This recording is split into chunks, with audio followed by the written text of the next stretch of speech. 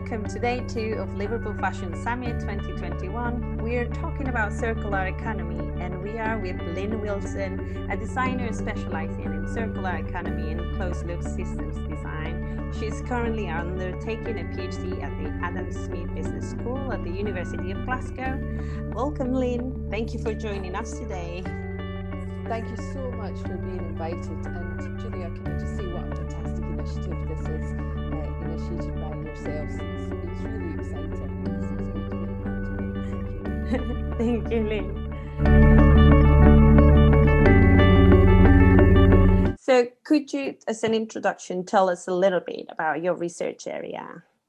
Yes, so as you said in the introduction, I'm a designer. I trained in design, but I actually decided for my PhD that I would like to research in the field of consumer behaviour in social science. And so I was very lucky to receive a scholarship from the Economic Social Research Council in collaboration with the Ethical Consumer Research Association at the Adam Smith Business School at Glasgow University. And I'm advised by Professor Deirdre Shaw and Dr. Catherine Duffy.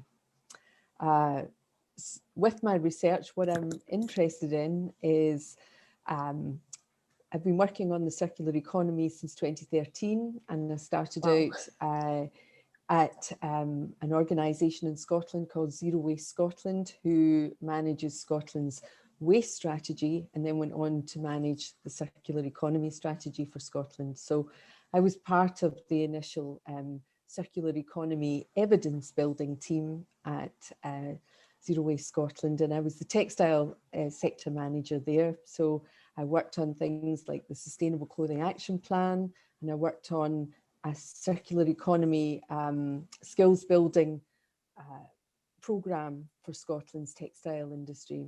And what I realised when I was doing all of that work, I went on to work in the national manufacturing sector in Scotland, and I realised all the time we were developing these strategies, we were finding evidence for industry. All the time we're doing things for consumers, to consumers, not with consumers. And I was really interested in why this is and how we could reverse the system, because this circular economy has been created by economists, by industrial designers, and always the consumer is left out. And what I'm trying to do in my research is put the consumer at the centre of the circle and say, to have a circular economy, we have to start with the self. We have to start with the consumer, with the citizen, with the human. I'm always quite challenged by the term consumer and consumer behaviour. I think it puts us in one category, when actually what we see is a really active society doing all sorts of different things. Intended things, sporadic things, frenetic things. And when we're trying to create a new system, a new circular system, we really need to get to the root of what's actually going on. Because what I saw was, policy was being developed without really engaging people. And so therefore you see we're going to make the same mistakes again that we have in the runaway linear economy. Yeah. And connecting with that role of the consumer, how would you describe our relationship as consumers with the textiles, with fashion in the UK? Yeah, I think, so for me personally, so I studied fashion and I love fashion. I made a conscious decision in 1994 when I finished my 6 years of re-study at Duncan of Jordanstone College of Art, Nottingham Trent University. I made a conscious decision not to go into the industry and to go into my own practice, but also to teach. And so I started my career in things like, I taught for a few years in a high security prison. I then went and I worked in international development, setting up textile production units in sub-Saharan Africa. And so I come from a background of textile and fashion from a very different perspective from the industry. And so my whole career has been about that relationship between society and materials. And so what I see in the conversation is that it has been overtaken by this language of fast fashion. And then that conversation has been overtaken by the key issues in the industry and that disconnect between industry and consumer, fast fashion consumer. But what I'm concerned about and interested in is that what we have overlooked is textiles in our everyday lives, in our 24-hour cycle. And that's what I'm really interested in, is that how does the consumer life cycle integrate with the consumer textile cycle? And where are they connected and disconnected? And through that disconnection, how does that disconnection then create contamination in the system?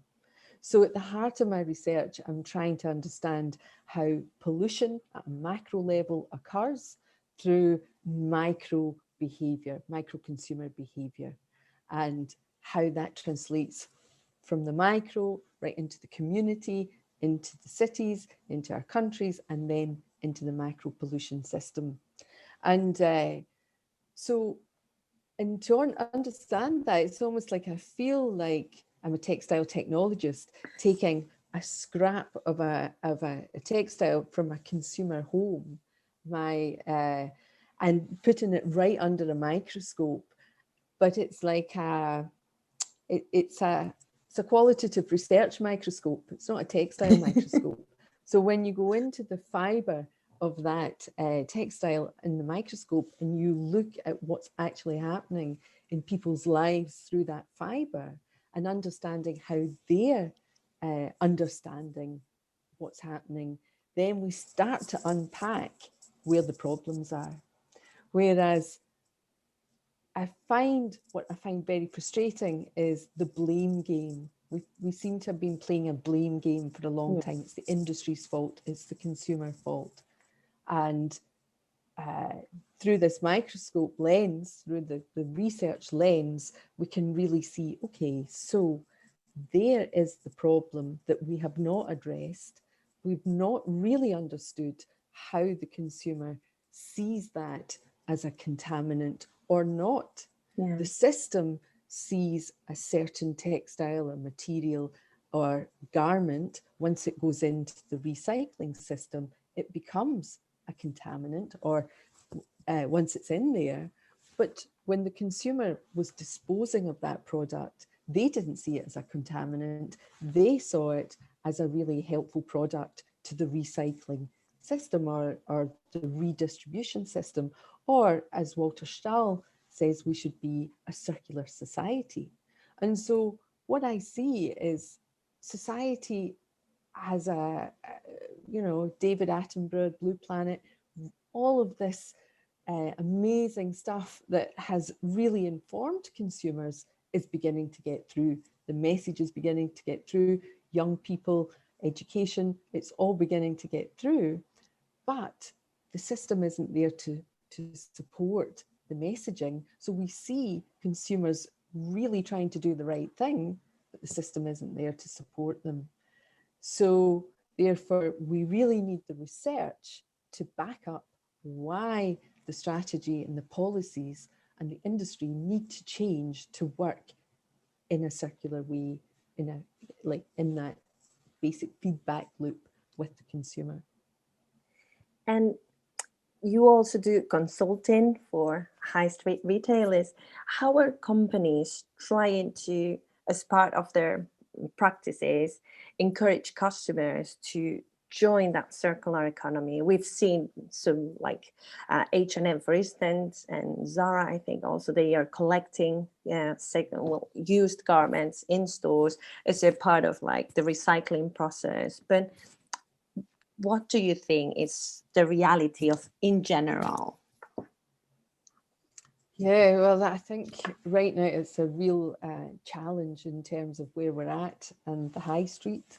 And I think uh, brands are being really called out all the time.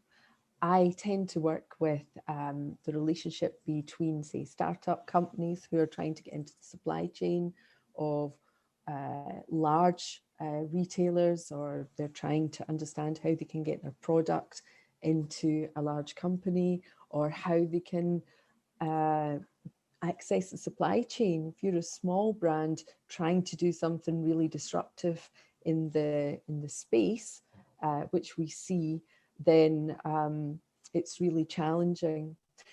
One area, though, that I have seen really exciting is in the rental space, in terms of if you are a fashion business who would like to go into rental, where you're challenged is the infrastructure that's going to support you to do that, and your reverse supply chain. So in terms of the services that you need, so if you're going to if you're a large brand and you're going to say launch a rental system, then you need to know that you have your logistics in place, and you need to know that you have a good cleaning company behind you, a good dry cleaning company. And we have a fantastic company in Scotland called AC Clothing, who are an ozone, they have an ozone system and an eco ozone system of cleaning. And what I've seen with them is that they are really encouraging every size of company. They have a package for every size of company. So if you're a startup rental company, you have the opportunity to work with them. You don't need to be a big brand. So then what we start to see is small brands starting out not as a retail model, but as a potential leasing model, rental model, because in the past, what's been a real challenge is the lack of logistics, or small business access to the lack of logistics and to the lack of services to support the business model. And well, you also are the founder of Circular Economy Wardrobe, a platform to share knowledge about circular economy. And recently, circular economy has become a hot topic, let's say, but not the general public is really aware of how circular economy applies to their daily life, or what it means. What are the key issues that practitioners, but also academics, face to share that knowledge and get it to the end customer to fully understand what circular economy means for them? So I think that, so I'm not quite sure how to phrase this question without, I think the challenge I see is that sometimes in academia, we think that the public isn't interested, and that, or that there isn't a platform that the public will attend. And I think what we've seen in this age of this digital world, that there is so much opportunity for consumers to listen to things, to listen in, to access, for all of us to access new information. And so consumers are, in my experience, they are super curious. And because we're all consumers, we are super curious. And I find that people do want to know. They're curious, they want to know, they want to understand how they can change their behavior, or they want to understand why they need to change it. So whether I'm talking to a young group of undergraduate fashion students who have maybe came into the to study because they want to go into the fashion industry, and they want that glamorous role. By the time you've had a good conversation with them, you see them starting to change. You see their attitudes slightly starting to change. You see them starting to become curious. And I've met people in the industry now who I gave a lecture to in circular economy theory, maybe back in 2015, and now they're graduated, they're working, and they've remembered those principles and they've taken that on board, but still going into the industry that they wanted to go into. And so it's this confidence that we need to have, that what we have to say, people want to listen to, and that the more you practice talking to people, anyone, like they always say, you should be able to do your PhD abstract in the back of a taxi. You should be able to tell the taxi driver exactly what your PhD is about, and you know, these days we don't have any need to be in a taxi, and certainly in a positive environmental world, we have no need for taxis. But taking that as a metaphor, it's like whoever you can talk to about your research. And like a good pointer for me at the minute, I'm deep in my findings chapter, and I'm really quite in my head. And in my bubble right now is my best friend, and she has no idea what I'm doing. And but we both did textiles together, and so she's a very good sounding board for me. And if she's looking at me like she's completely lost, then I know that's no good. That's no good. If I can't try and communicate what I'm doing to anyone, then it's going to be a real challenge. But as a researcher, I'm also trying to be kind to myself and say, I'm trying to work out in my own head what it is that I'm trying to say. But what I find with people and consumers is it's really important. Visuals are really important. Pictures that tell a story. I always have a wee saying on my board that said, storytellers rule the world. Plato said, storytellers rule the world. So when I go to talk to give a public talk, I'm trying to tell a story. I'm trying to tell a story of what's going on, where we're at, why it's a problem, where the options are, where the changes are being made, and then leaving people with some opportunities for them to further their learning, whether that's websites or books to read, or whether it's simple tips on what they can do to change their everyday behaviours. And it's baby steps, small steps. You can't go into a room anywhere and think that you're going to change every mindset immediately. But what you want to do is just plant those seeds and keep planting seeds. And I think having worked in this space for 8-9 years, and I see the seeds that I planted in industry and with public way back in 2014, and now it's come full circle. And I realise, gosh, I need to up my game now, because all of that information I gave out has embedded, and now I'm preparing for what it is I'm going to say next. But the key thing is to not be afraid to communicate, and to be heard. And the more you communicate, the better you become at it. That said, I'm not sure how I'm doing today, but I hope. Oh, no, it's amazing. And I think it's exactly the key to everything, to the success of the message, is the way you communicate.